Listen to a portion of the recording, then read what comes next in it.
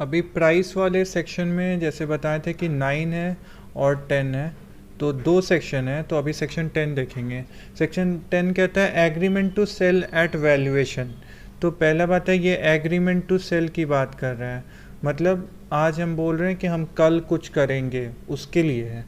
ठीक है, आज हमने एग्रीमेंट किया है कि कल हमारा ये सेल कंप्लीट हो जाएगा, कल तुम मुझे इसकी डिलीवरी दोगे, या फलाने डेट को मैं तुम्हें इसका पैसा दूंगा तब मुझे तुम देना, जो भी बातें हैं एट वैल्यूएशन।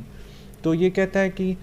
वे फर्स्ट है इसका कि where there is an agreement to sell goods on the terms.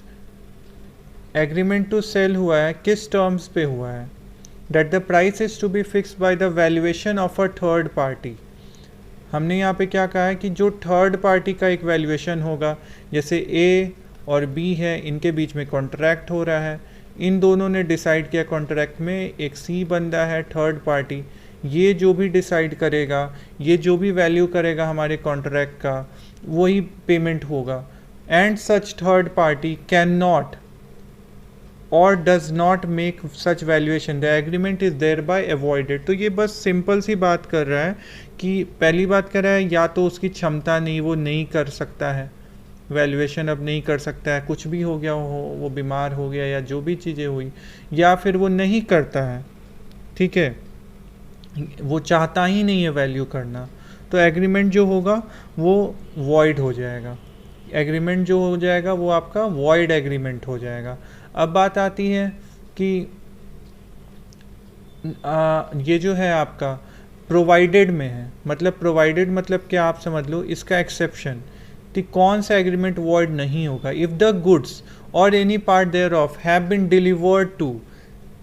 And appropriated by the buyer he shall pay reasonable price therefore. तो बहुत सिंपल सी बात है कि लेकिन अगर मान लो इसने इससे तय किया था कि तुम मुझे 10 बोरे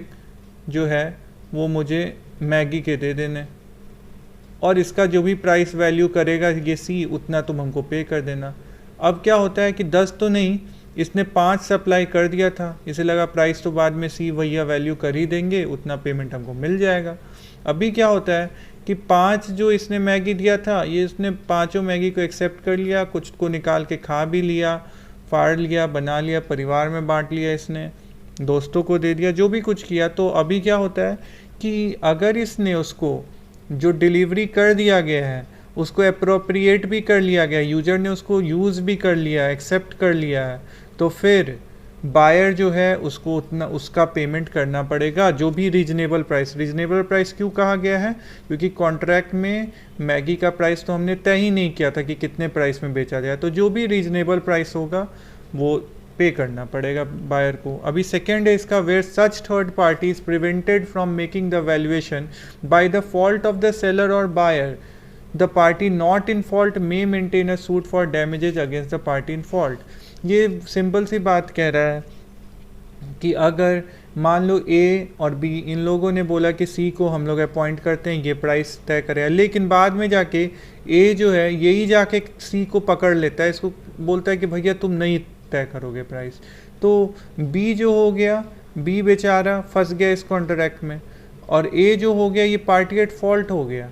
इसी का गलती है, इसी के वजह से प्राइस जो है वो नहीं तय हो पा रहा है। तो यहाँ पे बी जो ये भी कॉन्ट्रैक्ट जो होता है, एक आप बात जान लो कि फर्स्ट केस में इन दोनों की गलती नहीं थी, सी जो है वो नहीं तय कर पाता है या नहीं करता है, चाहता ही नहीं वो करना, तो उस केस में भी कॉन्ट्रैक्ट वॉइड हुआ था। और यहाँ पे एक पार्टी की गलती के वजह से भी जो कॉन्ट्रैक्ट नहीं सी तय कर पा रहा है प्राइस उसका, ये भी वॉइड होगा, ये वो भी वॉइड कहलाएगा, ये भी वॉइड कहलाएगा। उसमें भले ही दोनों पार्टी की फॉल्ट नहीं थी, यहाँ नहीं, लेकिन वहाँ पे कोई डैमेजेज का क्वेश्चन नहीं था, यहाँ पे डैमेजेज का क्वेश्चन है, क्योंकि यहाँ पे इन दोनों पार्टी की गलती नहीं थी, यहाँ एक पार्टी की गलती से हो रहा है, इसलिए यहाँ पे डैमेज जो भी होगा, बी जो है बेचारा ये इनोसेंट पार्टी है, तो ये जो है ये इससे डैमेजेज क्लेम कर सकता है, यही डिफरेंस है।